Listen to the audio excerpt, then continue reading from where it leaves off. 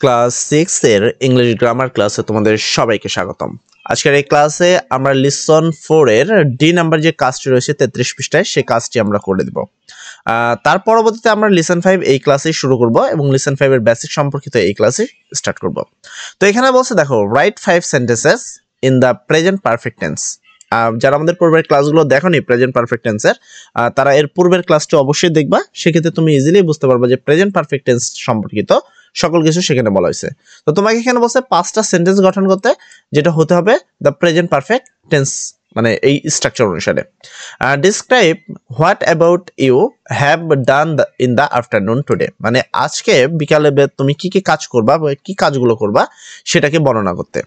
তো সেক্ষেত্রে আমি যদি এখানে আমার নিজের মতো লিখি, যে আমরা সচরাচর যারা আমরা স্টুডেন্ট হয়ে থাকি তারা আমরা কি করবো, answer the following question D নম্বর প্রশ্ন উত্তর করব। তো আমি এখানে লিখতে পারি I have, ঠিক আছে, I have played, আমি কি করব, খেলা করব। I had played ক্রিকেট অথবা ফুটবল, তুমি যেটা লেখো, আমি ক্রিকেট লিখে দিচ্ছি, বাট যে ফুটবল সে পছন্দ করে সে ফুটবল লিখবা। I have played cricket in the ground, in the playground, আমি কি করব, আমি খেলার মাঠে খেলা করব। আজকে বিকেলে আমি কি করব, খেলার মাঠে খেলা করব। ইন আফটারনুন লিখতে পারো, বাট আমি এতটুকুই শেষ করব। তারপর আমরা আর কি কি করতে পারি, দেখো এখানে বলছে যে আমি কি করব, মানে সবকটা সাবজেক্ট কিন্তু আই হতে হবে। কেন, এখানে একটু ভালো করে খেয়াল রাখবা, যেখানে 5টা সেন্টেন্স গঠন করতে বলছে, যেখানে তুমি বিকালবেলা কি কাজ করবা সেই বিষয়গুলো নিয়ে। তো আমি কিন্তু এখানে বিকালের কথাটা উল্লেখ করি নাই, তুমি চাইলে ইন আফটারনুন লিখতে পারো। প্লেগ্রাউন্ড, ডি হবে এটা, পি লিখ কেন, আচ্ছা প্লেগ্রাউন্ড, ঠিক আছে। তো আরেকটা বিষয় তোমাদের বলি, এখান থেকে তোমাকে সবার আগে তো স্ট্রাকচার জানতে হবে। আর যারা স্ট্রাকচার জানো না তাদেরকে আমি সর্বপ্রথম নিয়ে যাবো আমার স্ট্রাকচার। এখানে প্রেজেন্ট পারফেক্ট টেন্সের যে স্ট্রাকচার সেটা হলো তোমার কি, সাবজেক্ট, তারপর হ্যাভেজ লিখতে হবে, তারপর ভি3 বা past participle form, then object লিখতে হবে। যদি কোনো না করা কাজ থাকে সেক্ষেত্রে আমাদের এটা লিখতে হবে। যেহেতু এখানে বলছে আমি কি করব বিকালে, সেই বিষয়গুলো নিয়ে আসলে এখানে 5টা সেন্টেন্স, তো আমি প্রথমটাই করব। আচ্ছা, দেন আমি পরেরটায় যাব। 2 নম্বর কাজে আমরা কি লিখতে পারি, আই, তো আমার সাথে অবশ্যই হ্যাভ হবে, আই হ্যাভ, ঠিক আছে। আমি করব, আমি কি করতে পারি, আমি বিকালে খেলা করতে পারি, এক ক্রিকেট খেলতে পারি, এটা এক। আমি বিকালে তোমার কি সাহায্য, জাস্ট আমি লিখি হেল্প মাই ফ্রেন্ড, আমি আমার বিকালে আমি আমার বন্ধুকে সাহায্য করব। হেল্প মাই ফ্রেন্ড, আমি আমার বন্ধুকে বিকালে কি করব, সাহায্য করব। ফ্রেন্ড টু সলভিং হোমওয়ার্ক, ঠিক আছে, টু সলভিং হিজ হোমওয়ার্ক বা হার হোমওয়ার্ক, যে কোনো একটা লিখে হার হোমওয়ার্ক। আমি তার যে বাড়ির কাজ রয়েছে সেটাকে সমাধান করার জন্য কি করব, তাকে সাহায্য করবো এই বিকালে, এটা আমি করতে পারি। তারপরে 3 নম্বর হিসাবে 5টা লিখতে হবে, আই হ্যাভ, আমি করব, আমি কি করব, I have go for a walk, আমি কি করব, হাঁটতে যাব। ইন দ্য রিভার সাইড, আমি কি করব, আমি নদীর পাশে, সেখানে আমি কি করব, হাঁটতে যাব বিকালে। ঠিক আছে, সচরাচর আমরা বিকালে সবাই কি করি, হাঁটতে যাই বা বেড়াতে যাই। তারপর 4 নম্বর আমি লিখবো আই হ্যাভ, আমি, ঠিক আছে, I have help my mother, এটা আমি করতে পারি বিকালবেলা। অথবা আই হ্যাভ আমি করব, ঠিক আছে, কি করব, এখানে জাস্ট আমি আমার মতো লিখে দিচ্ছি, তোমরা তোমার মতো অন্য কিছু লিখতে পারো, কোনো সমস্যা নেই। আপাতত যেটা মাথায় আসছে সেটাই লিখে দিচ্ছে। তো এখানে এটা লিখলে উত্তর হয়ে যাবে। তুমি বিকালে কি করবা সে সম্পর্কিত, খালি তোমাকে স্ট্রাকচারগুলো ঠিক রাখতে হবে। যেমন এখানে স্ট্রাকচারটা ঠিক হয়নি, গো ওয়েন্ট গান হবে, ঠিক আছে, এটা গান হবে, দেখছো, যার কারণে এখানে নীল উঠছিল। তো এটা কি হবে, আই হ্যাভ গান for a walk in the river side, আমি কি নদীর পাশে বেড়াতে যাব। আচ্ছা, তারপর আই হ্যাভ, আমি কি করব, স্টাডি করব বিকালে, আই হ্যাভ স্টাডিড, আমি করব পড়াশোনা করব, কি, ইন মাই রুম, আমি আমার রুমে পড়াশোনা করব। এটা আমি বিকেলে করতে পারি। তারপর লাস্ট 5 নাম্বার, আই হ্যাভ, আমি করব, আমি কি করব, আমি এখানে প্রথম তো বেড়াতে গিয়েছি, আমি হালকা নাস্তা করতে পারি। I have it some food, eaten, তো ইটেন হবে এটা, TEN, ইটেন, ঠিক আছে। I have eaten some food, আমি কিছু খাবার খেতে পারি, সাম ফুড, আমি কিছু হালকা খাবার খেতে পারি, ঠিক আছে। তো এই 5টা কাজ আমি করব, ঠিক আছে, বিকালবেলা। তো দেন আমার এই প্রথম কাজটা কিন্তু কমপ্লিট হয়ে গেল। তো আশা করি তোমাদের এই প্রশ্নের উত্তরটি তোমরা পেয়ে গেছো। এরপরে আসে listen 5 present perfect continuous tense. এবার এই সম্পর্কিত আমরা দেখব এবং বই অনুসারে অনুবাদ সহ তোমাদের বুঝিয়ে দিব।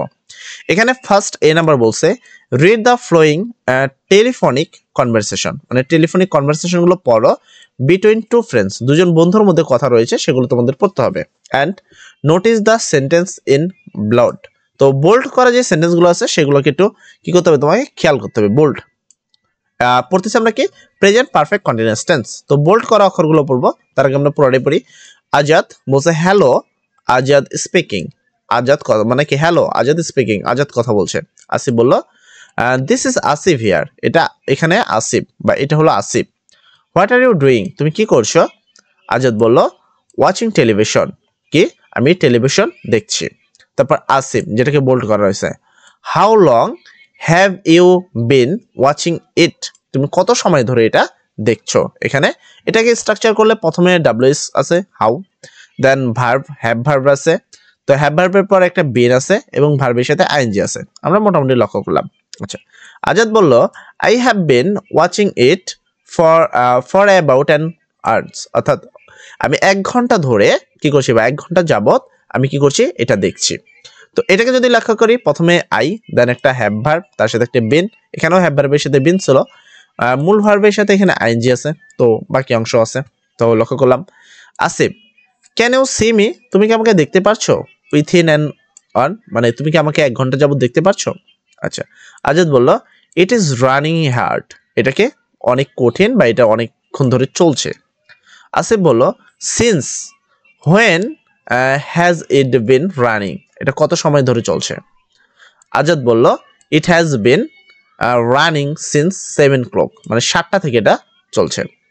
Asif then come when the rain stop, কখন বৃষ্টি থামবে। এখানে কিন্তু রেন রানিং না, সরি আমার মিস্টেক, রেনিং হবে।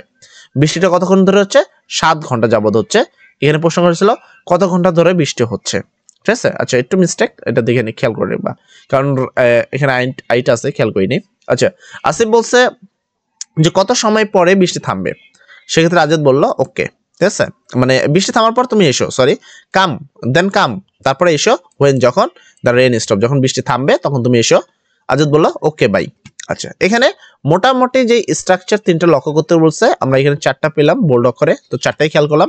যেখানে প্রথমে সাবজেক্ট, দেন একটা অক্সিলারি ভার্ব যার সাথে বিন আছে এবং মূল ভার্বের সাথে আইএনজি আছে, দেন এক্সেট্রা বাকি অংশ।